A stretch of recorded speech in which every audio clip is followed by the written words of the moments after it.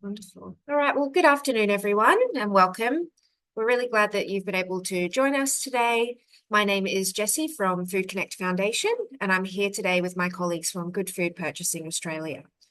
We're a newly formed initiative working to transform how public institutions buy food across the country. So, today we're diving into transforming the public plate, which is a menu of options for public food procurement that nourishes people and planet. So this report is the first national assessment of how our government is purchasing food for its settings. So whether you're joining us today as a procurement professional, a policymaker, a farmer, or simply someone who cares about where food comes from, you've definitely landed in the right place. Before we begin the webinar, I just want to take a moment to acknowledge the traditional custodians on the lands on which we're all gathering today and pay my respects to elders past and present, as well as any First Peoples who might be joining us today for this session. We recognise that country, food and culture are deeply interconnected for First Nations peoples, and we want to hold that truth as central to any conversation about building a more just and sustainable food system. Bit of housekeeping before we get started. So today's session is going to run for approximately 1 hour. We'll have a series of presentations first, and then we'll open up for a Q&A. The way that's going to work is if you have any questions along the way as our wonderful speakers are giving their presentations, feel free to pop them in the chat and then we'll read them out towards the end. We will do our best to get to as many questions as possible, but if we don't get to answer your question, I'll pop in some links in the chat for you to get in touch with the team directly. Another thing to note is that we are recording today's webinar. So the recording will be made available to registered participants after the session. So you'll be able to revisit anything or share the recording with your colleagues, which we encourage you to do. Share it far and wide. Can everyone see my screen? The presentation?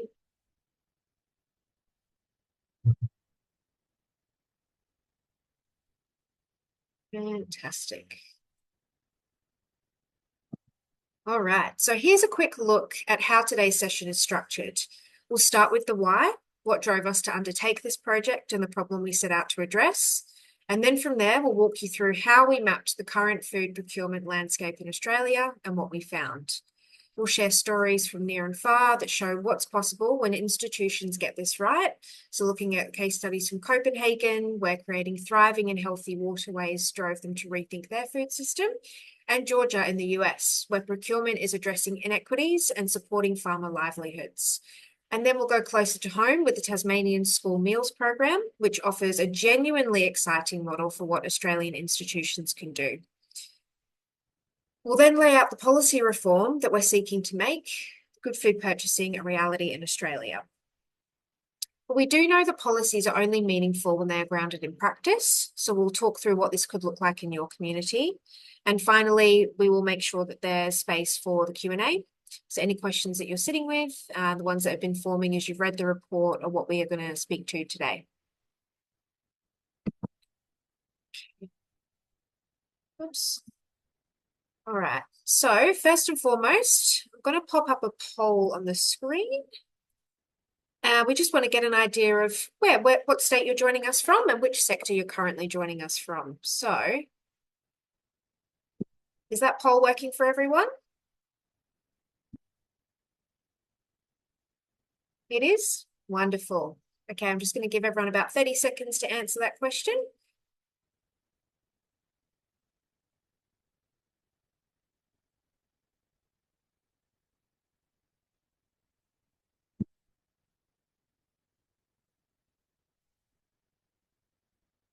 Awesome. Okay, thank you, everyone. I'll now hand over to Emma Kate Rose to jump into the content.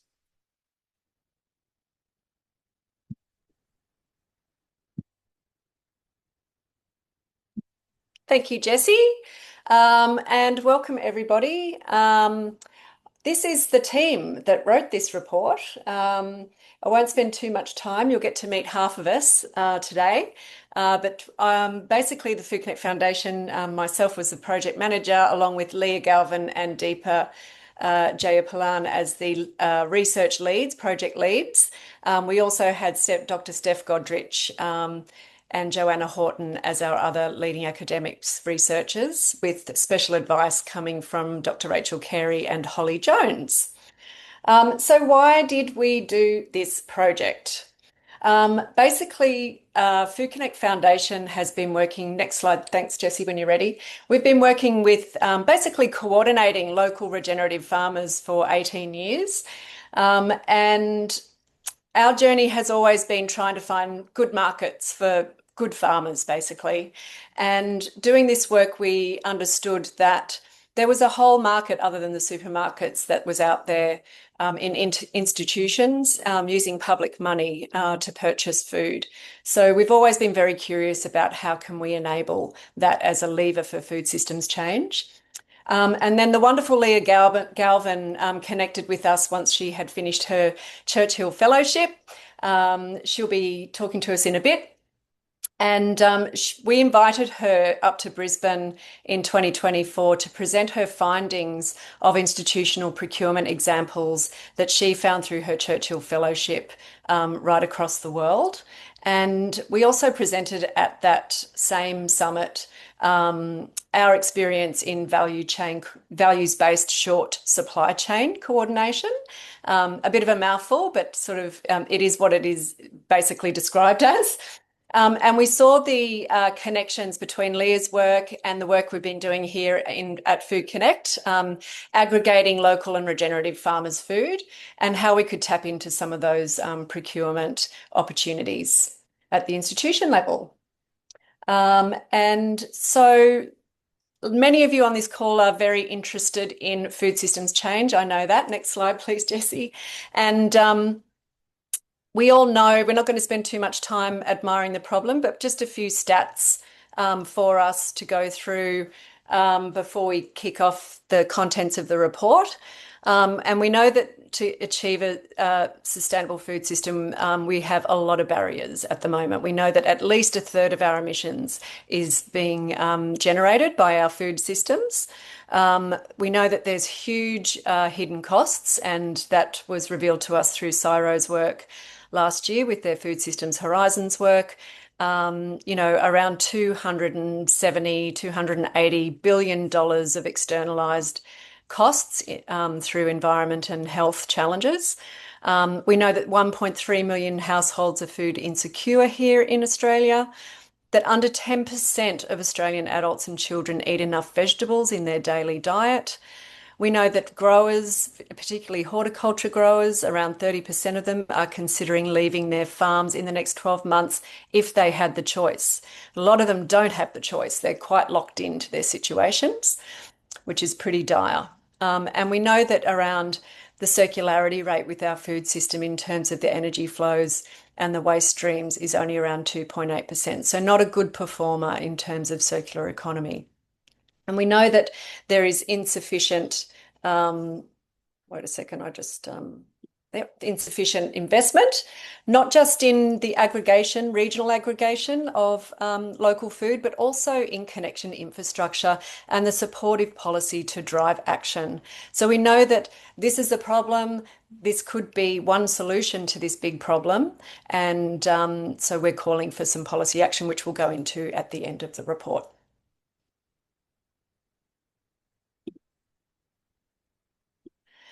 Basically, what we did, next slide, sorry, Jessie, was we were engaged by MacDoc Foundation to do a rapid 10-week study of what the current food spend is in Australia by our governments. So we mapped the national landscape to identify who buys what value in terms of dollar value, and under what particular contractual arrangements that they were made. We wanted to look at the constraints and the opportunities, so looking at the policy gaps in Australia and international solutions that were particularly highlighted by Leah's work. We wanted to look at what sort of contract practices were out there, what were the timelines associated with that, were they beneficial to local regenerative farmers or were they prohibitive? What sort of equity considerations and First Nations perspectives could we also bring into this work? Because often that's left off the table with these types of research projects. We wanted to develop an evidence-based set of scenarios so that model impacts from business as usual right through to transformative scenarios with targets for sustainability, health and nutrition, as well as economic outcomes could be achieved. And at the end, we'll show you what the pathways for action were highlighted by our report, which provide really practical and proven high impact steps for governments, policymakers, and investors to act now. And we really think this work is timely because we've got a national food security strategy being developed at the moment, and we're hoping that the federal government will show a lot of interest in this work as they set forward on this strategy. I'm now going to hand over to one of our fabulous researchers, Joanna, who will take us through the details of some of our findings. Thanks, EK. Hello, I'm Dr. Joanna Horton with the UQ Centre for Policy Futures, and along with Leah, I did the mapping work in this project. So our aim with this element of the work was to map food spending in settings where government funding was contributing either directly or indirectly to the purchase of food. So these might be settings where government-owned agencies or facilities were purchasing food directly, things like hospitals, prisons, defence bases, Antarctic bases, TAFEs, and a few school meals programs. Or it might be settings where the government provides substantial subsidies to purchasing agencies. So places like long day care, aged care, residential care, and Meals on Wheels. In both types of institutional setting, government money was being used to buy food at a fairly large scale. So we then wanted to map the annual food spending within each of these institutional settings by state. So the report lays out all that information. And you'll notice as well that the data categories, so how we sort of slice up and calculate that spending, those are somewhat different for each institution. And this was due sometimes to data availability, but also the fact that different institutions encompass different measurements. So for instance, in aged care, you can state the number of residents. It's a fairly static number. Everyone's there full time. But in settings like long day care, the number of children registered isn't quite appropriate because a lot of kids attend daycare part-time, so they're not eating meals there every day. And then things like hospitals, residential care services, this is obviously even more transient. People are sometimes accessing them as a one-off, sometimes for a few weeks or months, sometimes longer term. So it wasn't necessarily uniform across each institution, but what we essentially wanted to know was how many meals are they serving, how much does each meal cost, and therefore what is the annual spend. And this is detailed in Appendix A of the report in some depth. But just to cover it over quickly here, we started with institutions that do have publicly available procurement spending data. And aged care was really the gold standard here. They have quarterly data releases that are very detailed. That was great. But most of the other institutions were somewhat patched together from different sources. So some government institutions like prisons and hospitals do release data on food spending through contract portals and things like that. But it's worth noting that these data sets were quite often incomplete, so we sometimes had to estimate. For example, there's no publicly available data for food spending in South Australian prisons, so we figured out the average spend based on the other states and we used that figure instead. So you'll always see that we stated where we made an estimate for a figure. In other cases, we relied on our connections with experts to fill in the gaps in data. So, for example, Ros Sambel from the Early Childhood Education Network provided the figure for cost per meal per day in long day care, and that was based on research that she and her colleagues had done.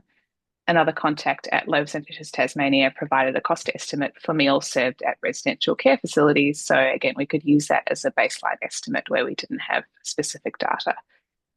But once we had the data across all the institutions, we adjusted everything for inflation using the June 2025 CPI. And the report notes as well that there are some significant spending sources that aren't accounted for here. So, for example, there was no data on off-contract food provision or food service via private caterers. So these are gaps in our data, and this means that our final figure is an underestimate. As we stress in the report, the mapping exercise really brought home how patchy the data on public food procurement is, and we highlight this as something that needs to be addressed both for future research and to uphold principles around transparency of public spending. So throughout the process, we also engaged with key stakeholders, not only to fill in gaps in the data, but also to gather their perspectives on barriers and enablers for better practice in procurement. And these perspectives appear in the report as well. And we drew on expert contributors to conduct an Australian policy review to situate this mapping exercise within the policy landscape. There it is. Okay, this is our the highlights of our data mapping exercise. So our best estimate is that Australian government, state and federal spend around $2.13 billion on food procurement each year. And within this spend, residential aged care is by far the biggest spend category, reflecting its growth as a sector, followed by hospitals, long day care, prisons, defence, and others.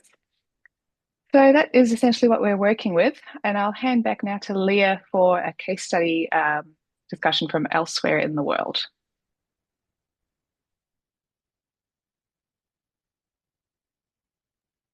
Thanks, Joanna. Next slide, please, Jessie. Okay, so here's a picture of the swimming lakes in the middle of Copenhagen, and then in the bottom left-hand corner is one of the food service workers in a childcare setting and morning tea. And you might wonder, how are the lakes and the food connected to each other? In fact, quite deeply, as it turns out, in Copenhagen. It's a story of leadership, targets, and capacity building. So a little background on Copenhagen. There are 900 public kitchens. They serve 115,000 daily meals in schools, daycare, and aged residential care. They cook fresh with menus designed around the seasons. What they do with their tenders is they prioritise seasonal, local, organic produce, and this has driven a significant food system shift. The goal originally started with a mayor of Copenhagen in the early 2000s being concerned about the water catchment and water quality for the city of Copenhagen, and then analysis showed that in fact agricultural runoff was contributing in some ways to the water quality for the city. So what they decided to do was to use their public food procurement, so that big spend that they had, to leverage change in production practices in farms around Copenhagen.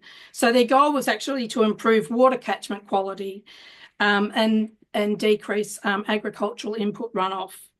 So what they did was they set themselves a target that 90% of the produce would become organic, that they use in their kitchens. I mean, this is something that we can only dream about here in Australia, but it's still a really important example of how targets make all the difference.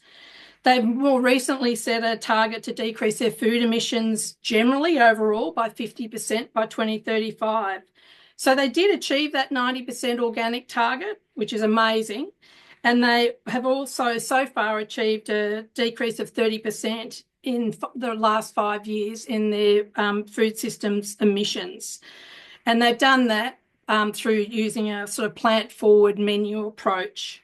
When it comes to capacity building, this was a critical part of achieving these targets, particularly training in kitchens and people in food service. When I was on my Churchill Fellowship, I met with the people who delivered that program, and it was really quite remarkable how they transformed what happens in kitchens, really building skills around cooking fresh and also reducing food waste.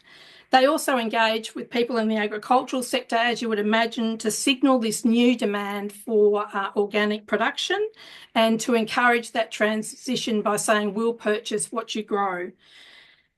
The kitchens element was critical to changing the practices and to achieving that success, but working with farmers right from the start was also really, really important. So highlights for Copenhagen: 90% of those 115 meals that they make daily, the food and ingredients are organic, and they've reduced their food emissions by 30% in the last 5 years. Next slide, please. And I'm handing to Deepa for another case study for inspiration. Thank you, Leah. Hi, everyone. I'm Deepa Jayapalan. I'm one of the co-leads of Good Food Purchasing Australia and contributed to this report. I can see some questions already coming through the Q&A, which is wonderful. So keep them coming through, and our wonderful panelists will try and answer some of them as we go through the session, but also we'll have some time at the end, as Jessie mentioned. And it's great to be able to present these case studies that really invigorated us while we were doing this work. And this is one of the examples that for me really stood out, and that's the work of the Georgia Acre Collective. So, Georgia in the south of the US is a case study where they really use institutional procurement to drive economic justice in their community and had this wonderful ripple effect and great stories that they highlighted through their work. So, the context that they work within is that very similar to the Australian context, where most agricultural profit is going to large scale farms and not much to small or middle scale farms at all.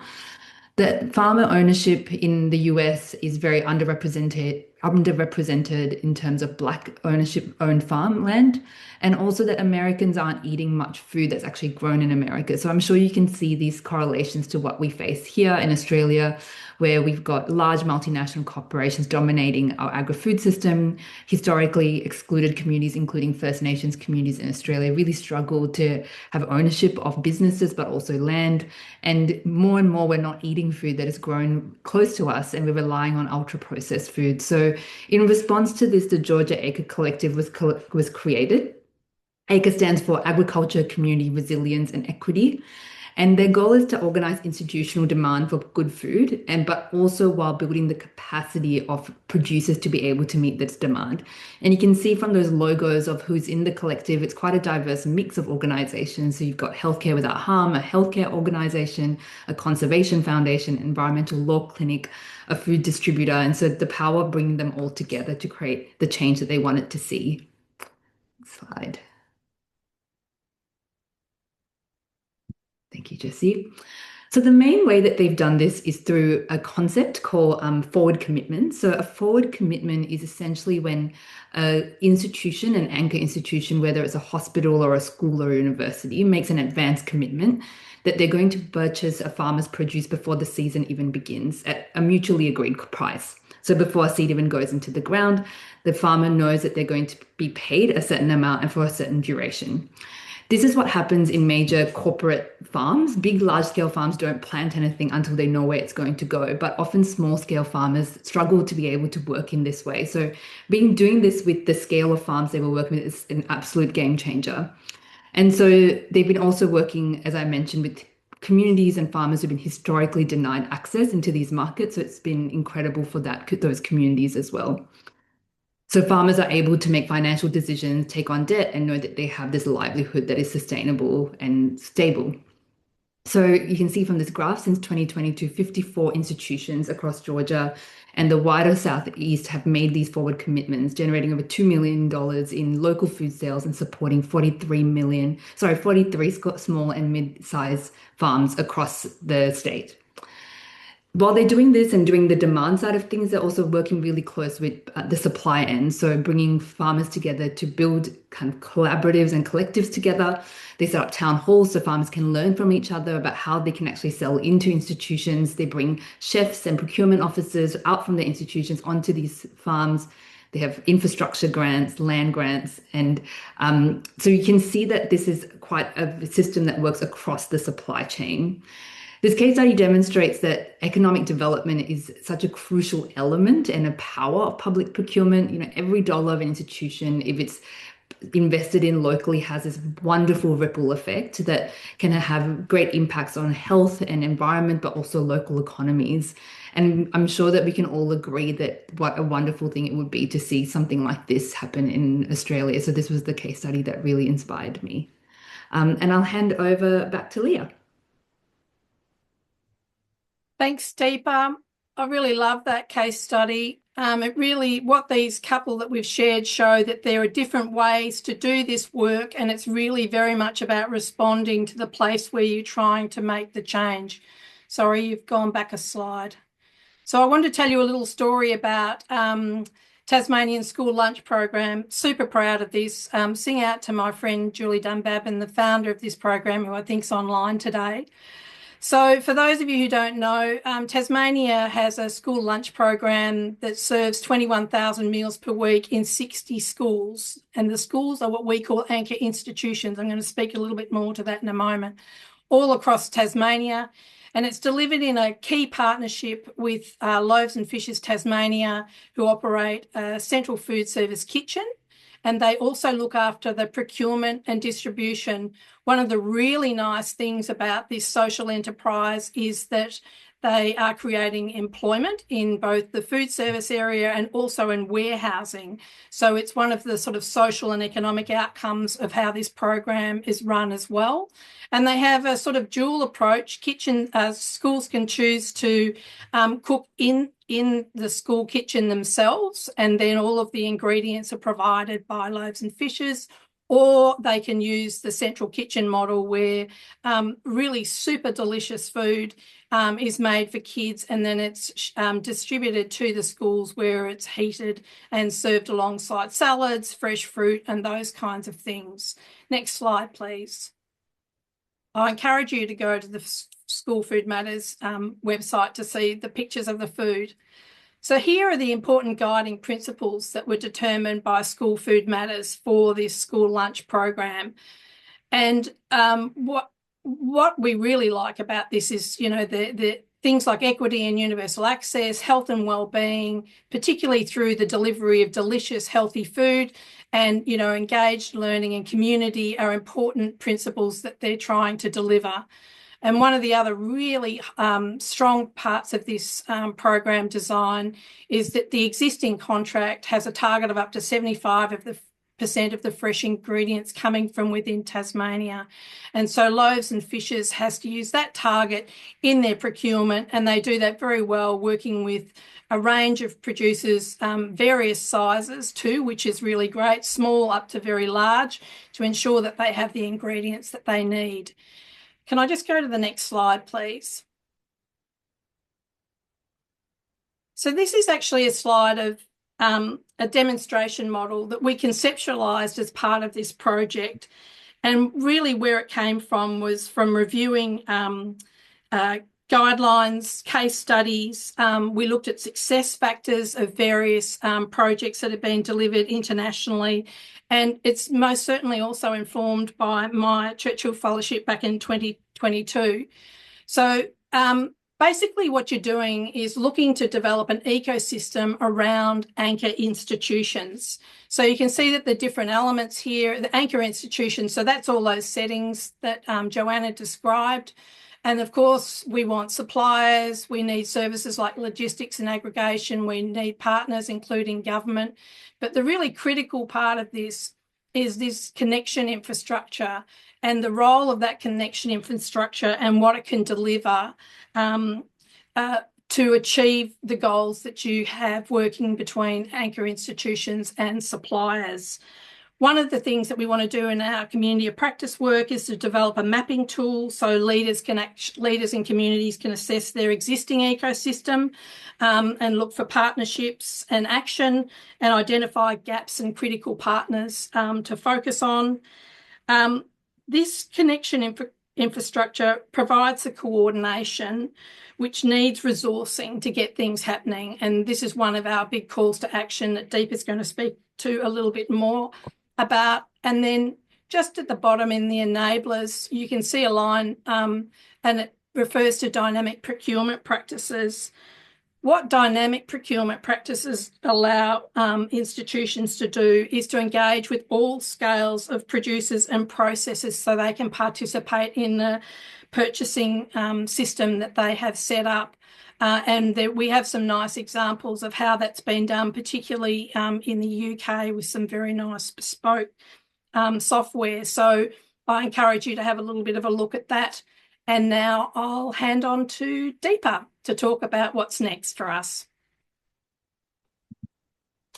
Thank you, Leah. And I'm sure for many of us that are working in this space, and I think there's a lot of people from social enterprises, from government, but also working in farms and production, we can see that this has incredible opportunity.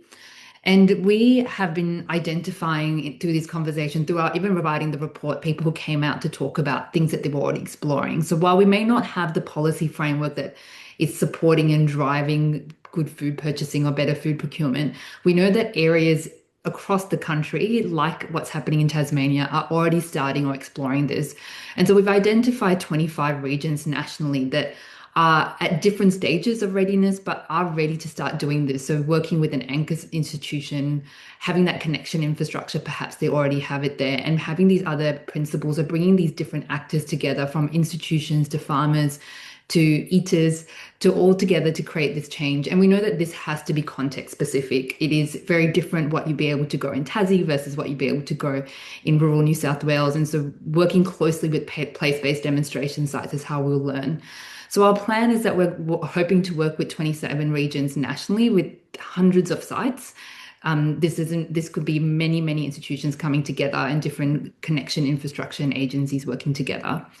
The role that Good Food Purchasing Australia will play is that of a backbone to support with the frameworks so that you can understand the current capacity, the feasibility of your area to be able to actually support you in providing nourishing food into your institutions, to work with local actors to build capacity and skills. We know that both sides and every side of the food system, whether you're in the institution or outside, need some skills to be able to engage in these practices. And for there to be a networked approach. So if one region is doing this work, they're not doing it in isolation. They're learning from each other, or they're learning also from the global expertise that we've spoken to through the case studies, as we know there's so much we can learn from overseas. And so if you are doing, this work in these spaces, in your places, in your communities, we'd love to hear from you, as well as we'd love to kind of work with you, collaborate and learn together in this process. Next slide, Jessie.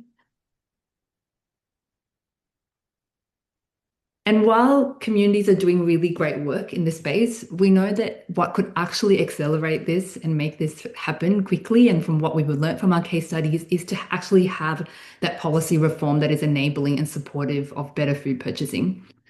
What we'd like to see is mandatory criteria for health and nutrition. We know that voluntary criteria can set some level of movement, but it doesn't actually create the transformation that we want to see. And we found this very clearly from all of our research that we did in the report. Criteria needs to be mandatory and enforceable as well.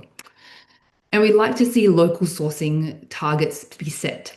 For these targets to be set perhaps at a national level, so that you can put some percentages and aspirations forward. But these targets would then have to be adapted to create criteria that is meaningful locally. So what local means in one area may be a smaller or bigger radius, and it might look different based on what is grown around there. So we want to set that national, federal level framework of targets, and then being able to adapt that to criteria that means something and is achievable by communities.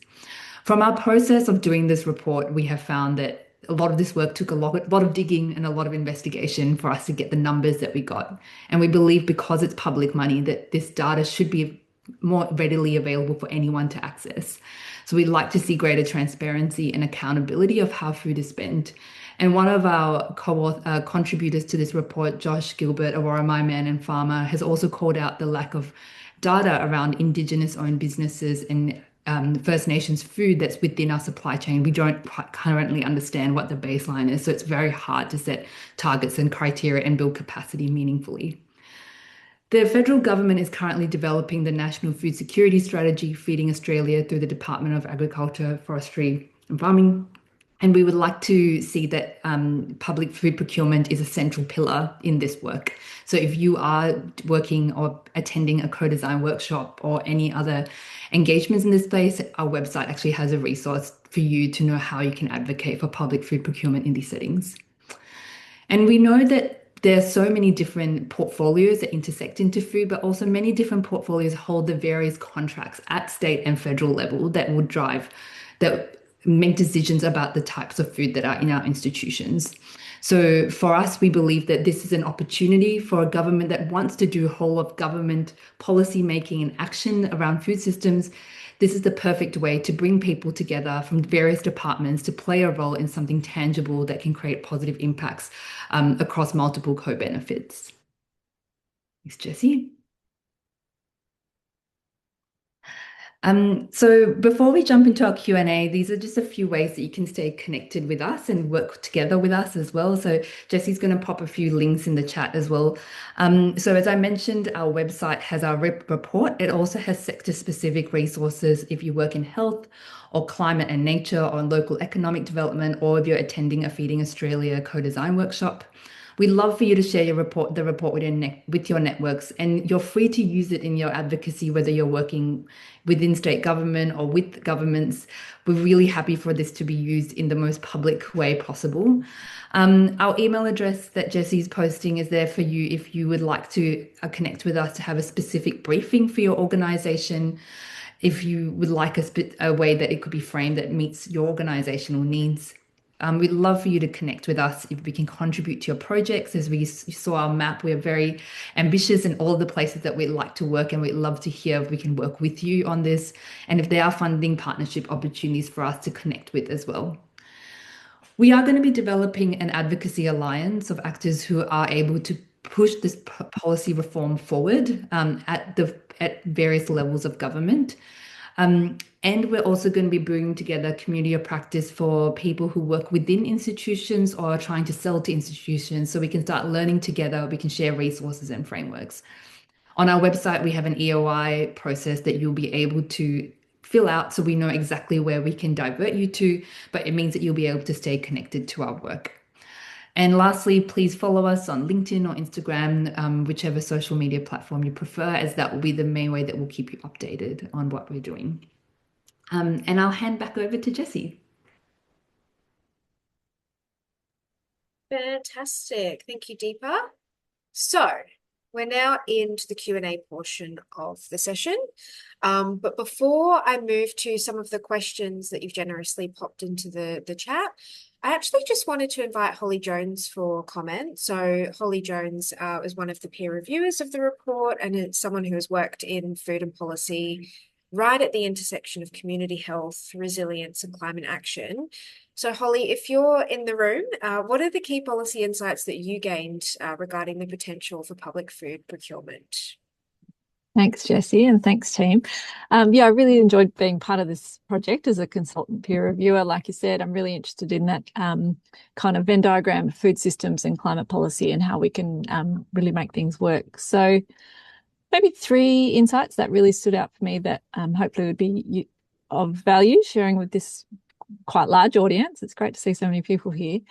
So the first I'd emphasise is that this is really good climate policy. So the Intergovernmental Panel on Climate Change reports how important it is that food system transformation is absolutely essential in meeting climate goals. It's not an optional piece, so it's really important.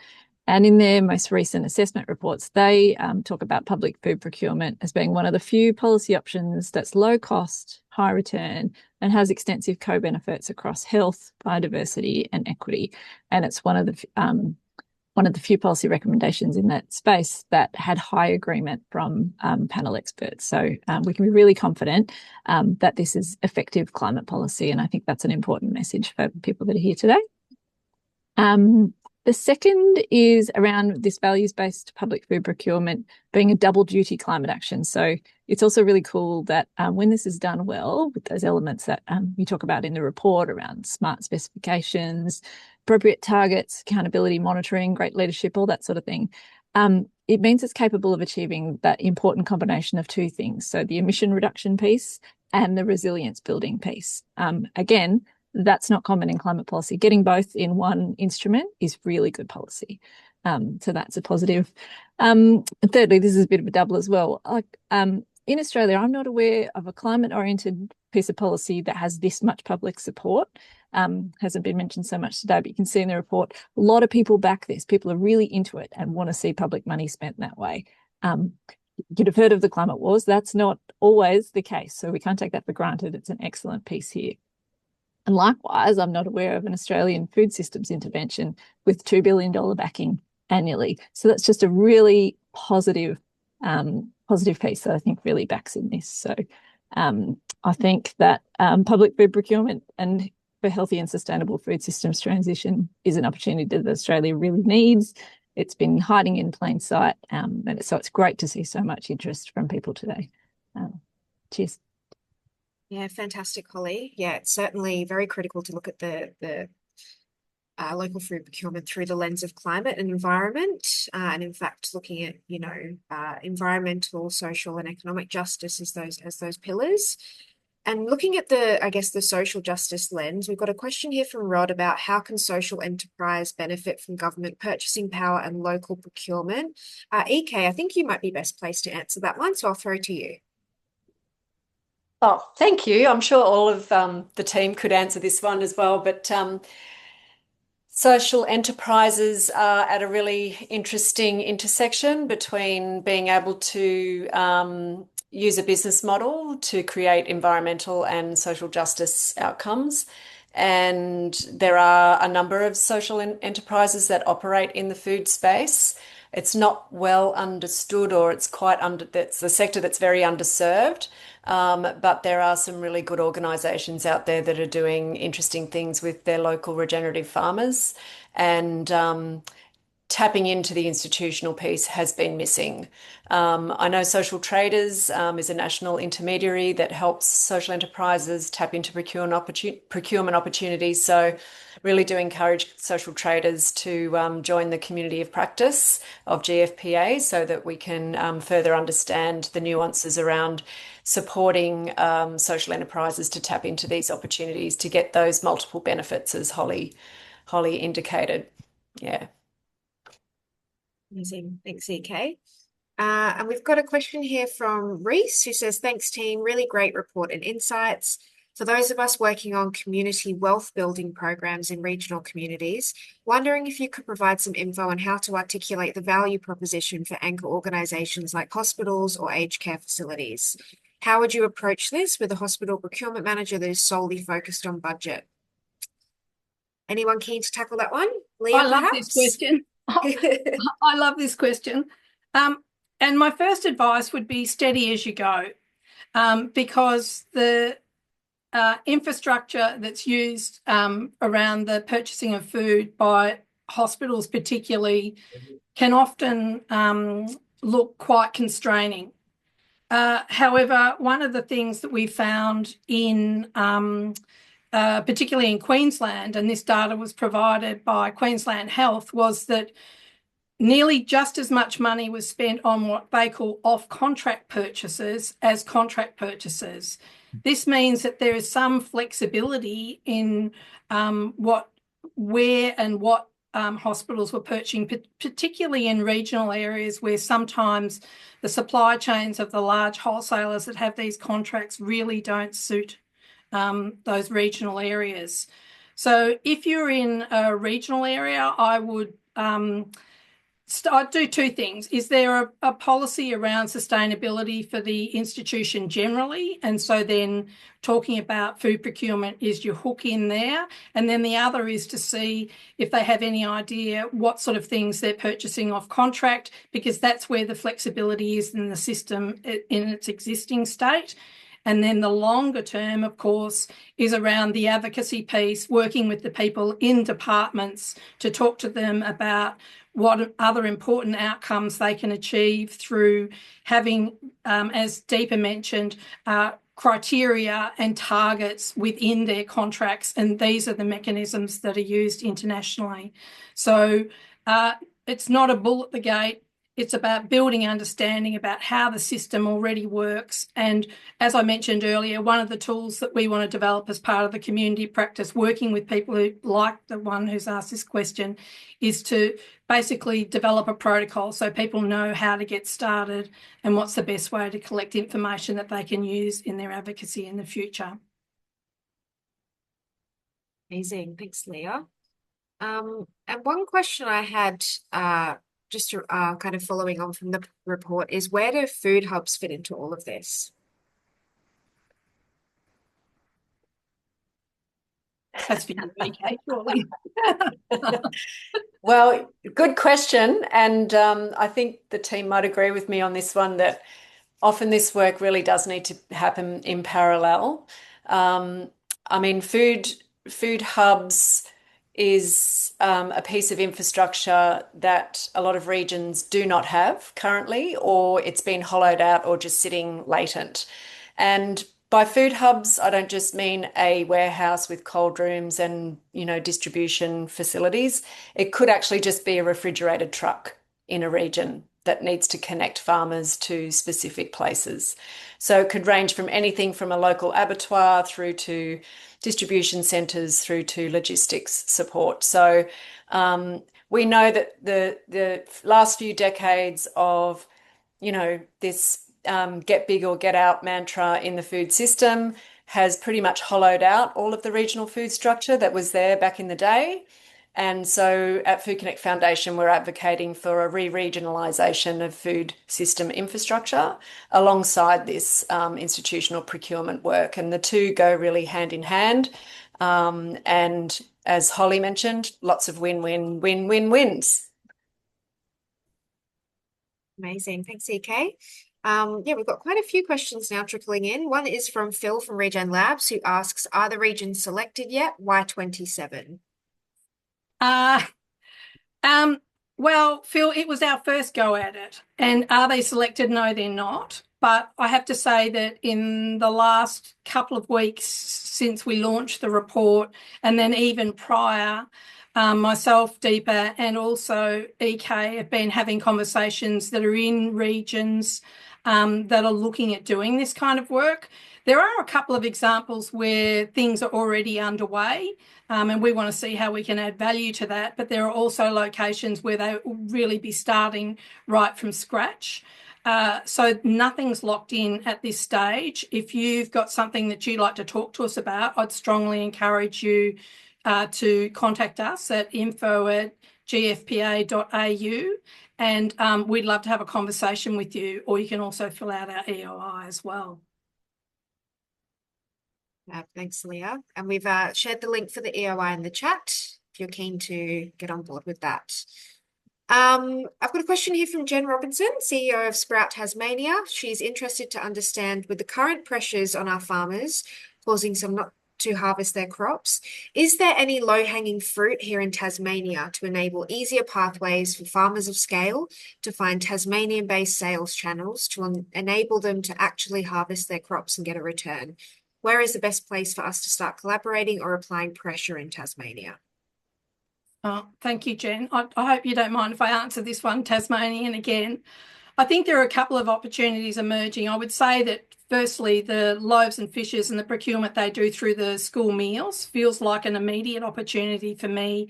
And it would be worthwhile getting in touch with them. I think Andrew, the CEO of Loaves and Fishes, is actually online today. The other thing that they're doing, of course, is they've got a very nice program that they're starting soon, which is a social procurement program, which is going to act as a sort of community wholesaler for organisations, community-based organisations that want to top up their emergency food relief by actually selling additional produce. So that's the other one.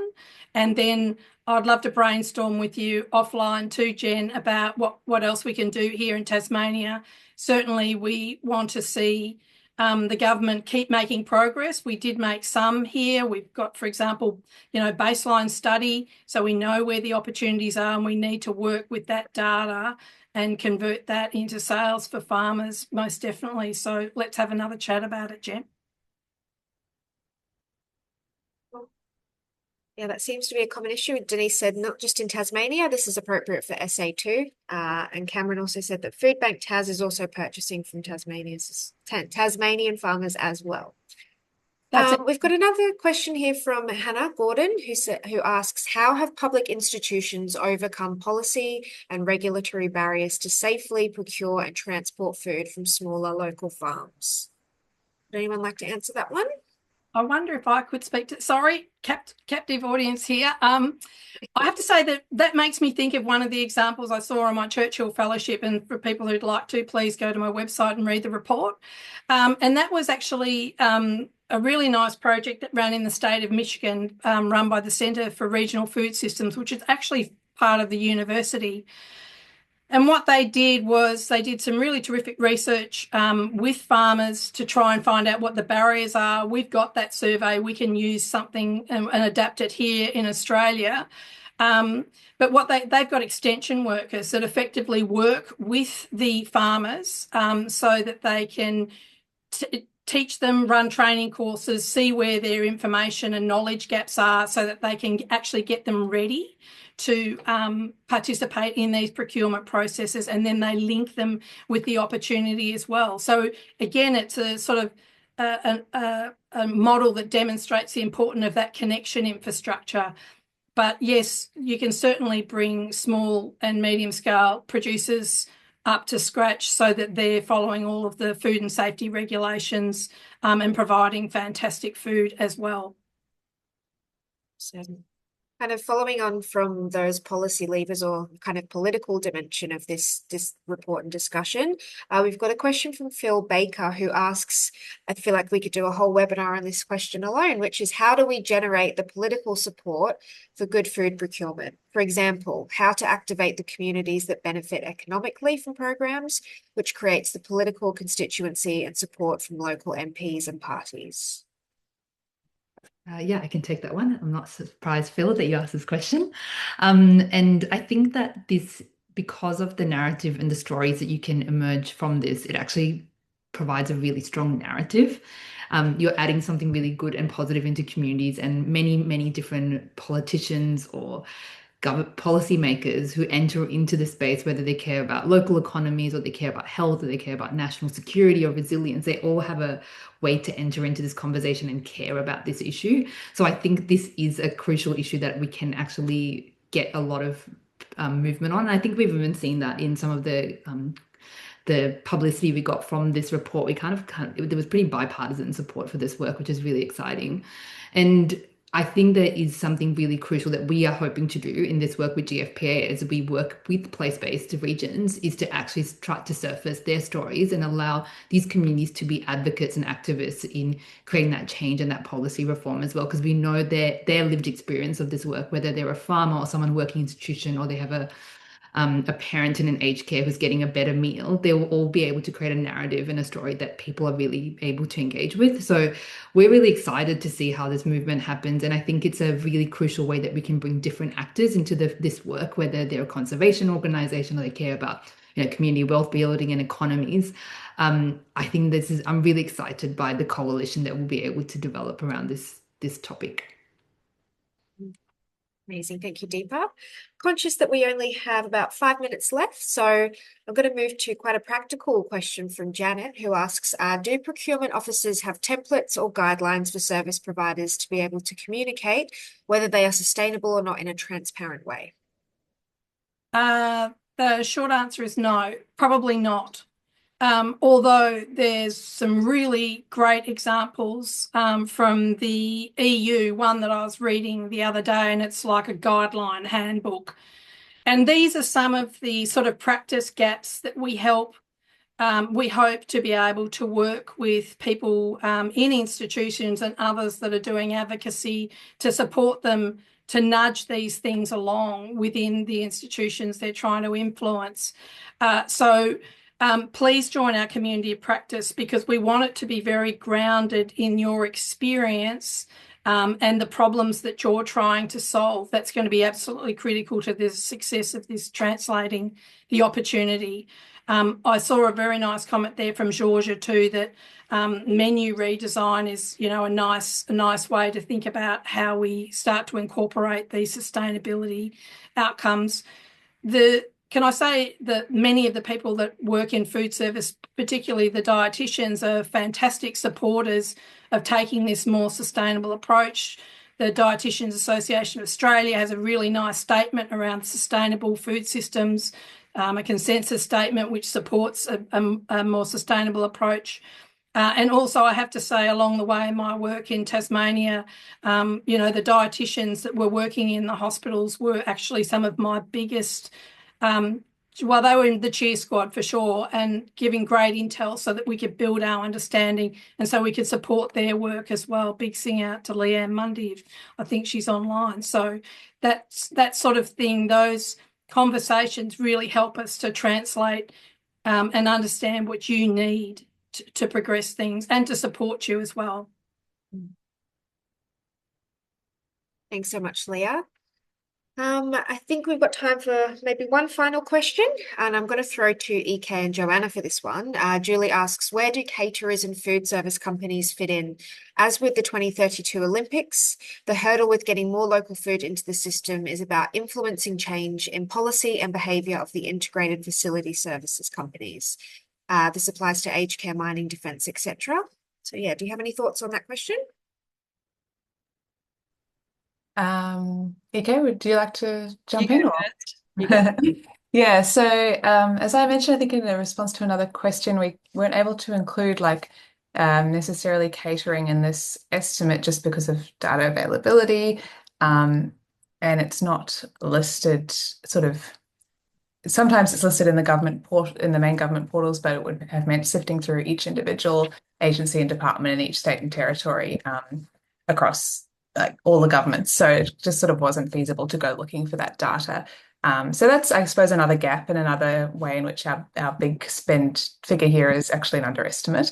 However, yeah, I think this is a really important thing to be looking at. Yeah, as you mentioned, especially ahead of 2032 Olympics. In particular, and I think I also mentioned this in a response to another question online, but for small scale farmers who can't necessarily supply those large contracts, smaller catering and event and food services can be a really important channel to get their produce out there. And yeah, I mean, I've just completed at the Centre for Policy Futures, I've just completed another report on sustainable regional food procurement for the 2032 Olympics. So this is a massive opportunity, especially for those of us in Southeast Queensland. And it really is about coordinating all the different stakeholders through a governance mechanism that allows for civil society, small farmers, Indigenous businesses to have a voice in setting that direction. So that is, I think, quite a separate question and quite a big one.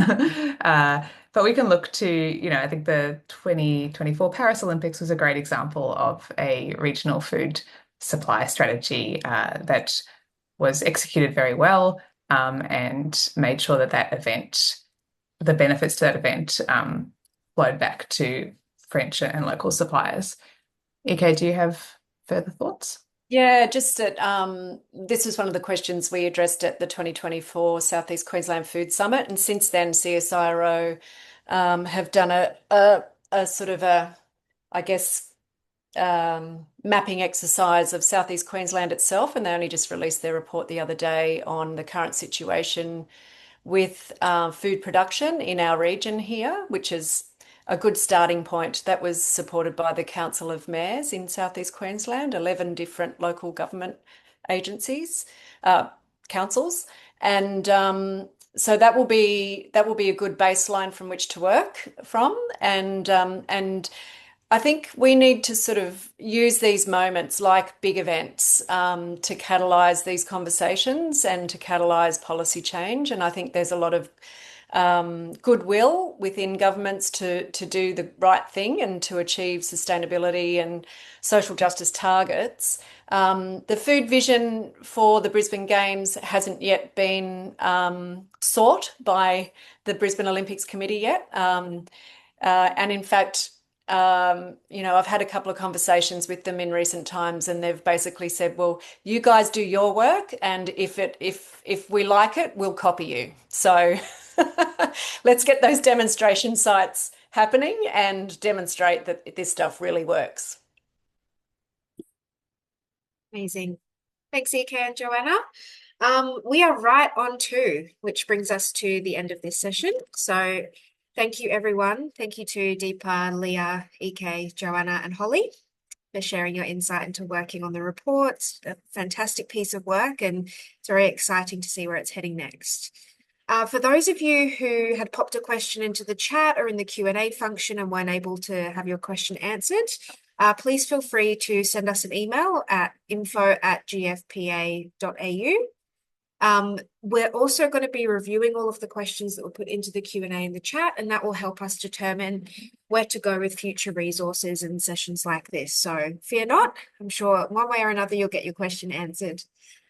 In terms of a bit of a wrap up, so as I stated at the beginning of this session, this has been recorded, so we'll share a copy of that recording to all registered attendees and anyone that couldn't make it. We do encourage you to share it widely with your networks and keep the conversation going. Anything else I'm missing, Deepa? No, that's it. Fantastic. Well, then I guess it's up to me to say thank you to everyone for attending. We had over, I think it was 500 people registered for this event, which is just a fantastic turnout. So really appreciate you taking the time out of your busy days to come and listen to us talk. So thank you very much.